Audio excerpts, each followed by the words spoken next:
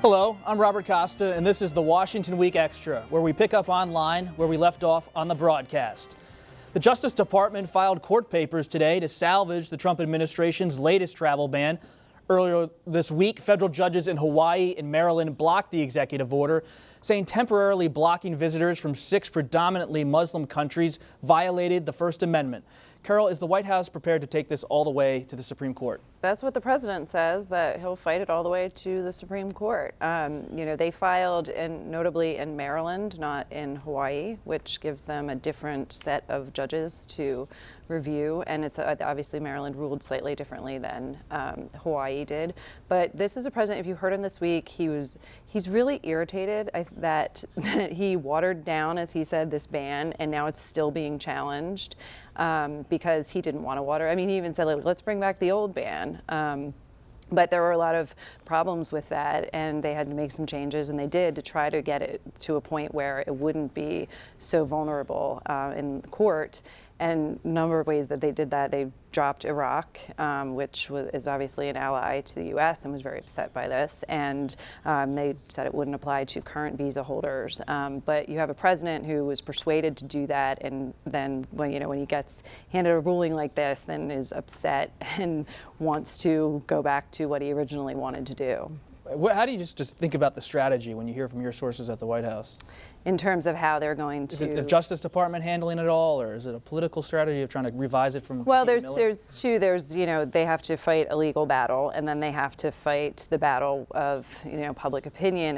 And part of the reason, if you look at filing in Maryland and having a different set of judges look at this and have it be a smaller thing to look at, they need a victory. And if you can, it won't end the challenges, but it'll at least give them something. Right now, they have nothing in their column on this, and that's hurting them publicly. And Elon, you've been reporting a lot at CNBC about how businesses, both in the U.S. and abroad, are reacting to this ban.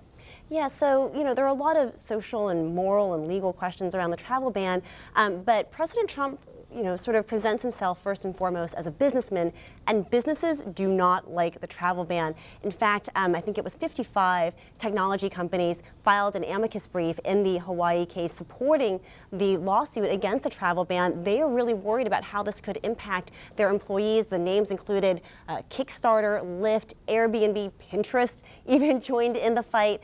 So they're not only worried about the travel ban, but they're also worried about his stance on immigration. So some of these tech firms are worried that they might not be able to recruit high-skilled workers that are not available in the U.S. from other countries if he revises the H-1B visa program. At the same time, companies that use workers on the lower skilled end of the spectrum are also unhappy about his stance on immigration. They're worried that they won't be able to hire farm workers to work in the agricultural industry or construction workers to build new homes. So on both ends, businesses are really worried about this. How's the White House and congressional Republicans as well, how are they responding to this kind of outcry? Well, they've doubled down clearly on the travel ban. They're not backing away from his stance on immigration because it is so popular with the voters who got him into office. We heard from the president this week when he honored the birthday of one of his predecessors, Andrew Jackson, the 7th American president. He visited Jackson's Nashville estate and talked about how he is the modern-day Jackson.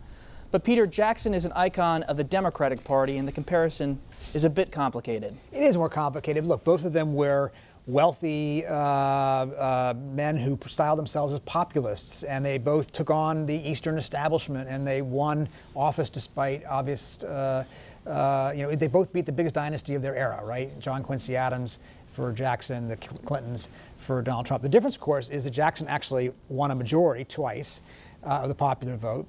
And Trump hasn't done that yet.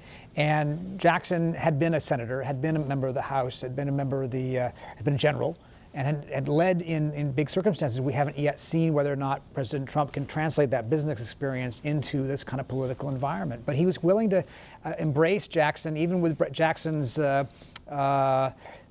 darker side of Jackson's presidency, including, the Indian removal and sort of his blustery and dueling kind of nature that I guess Trump finds some similarity in. Have we seen other American presidents turn to Jackson in the past? It seems kind of rare, at least in modern times. He's sort of fallen a little bit in the last couple of decades in the estimation. You know, Democrats for a long time had Jefferson-Jackson Day dinners, right? They not honoring the two men they sort of credited with creating the modern Democratic Party. Well, they're now dropping Jackson from a lot of those dinners because of the race issue, because of his, the Trail of Tears with the Cherokees and so forth. So, you know, he's kind of, and he's also now going to the back of the $20 bill instead of the front. That's kind of a big demotion for him at this point. Dan, I always have this kind of argument with my sources at the White House. They say, oh, the president really loves Andrew Jackson, and he gave one of those most passionate speeches this week in Tennessee. But sometimes I wonder, in the course of my reporting, does Trump really value Jackson as a historical figure, or is this more of a project of Stephen Bannon, the White House strategist? I don't really know the answer to that, Bob. It does have the feel that it's more of a project of convenience at this moment, rather than something that Donald Trump has thought about and studied over a long period of time. I mean, he gave no real evidence during the campaign that Jackson was his role model, or that he, had truly studied a lot of presidents in their history. So, but presidents, look for symbols. And once you're in the Oval Office, you want to make some connections to the past. And so for him, I think, as Peter says, there's that kind of raw quality of Jackson. And I think that in part may appeal to Donald Trump. I mean, talk about the Jefferson-Jackson dinners. You've covered so many of them in your career. Unfortunately. What do you think of Republicans make of Jackson becoming this champion for the Republican president? I'm sure they're puzzled by it as well. They may not think about the Democratic Party connection so much. I think it's just, most Republican presidents latch on to Abraham Lincoln. I mean, that's the smart choice, and it's the safe choice, and a good choice. So when somebody like President Trump latches on to Jackson, I think there are a lot of Republicans who are saying, well, okay, if that's what he wants, that's fine with us, and as long as he does what we want him to do as president. Excellent. I hear the president loves showing people his Jackson pictures and statues inside of the Oval Office. So at least in that way, he seems to be into it a little bit. He also said he was reading a book, or trying to read a book on Looking Jackson at a book. this week. Which book? Was it the Meacham book, or was it? He didn't tell us. He didn't say, but he said he was trying to read. He was looking at it, trying to read it. Didn't have a lot of time. I know he does get the printouts every day of the articles about himself in the White House. got other He's reading things to them, read. certainly. We'll see if he reads the Jackson book. Thanks, everybody. That's it for this edition of the Washington Week Extra. Test your knowledge of current events on the Washington Weekly News Quiz. I'm Robert Costa, and we'll see you next time.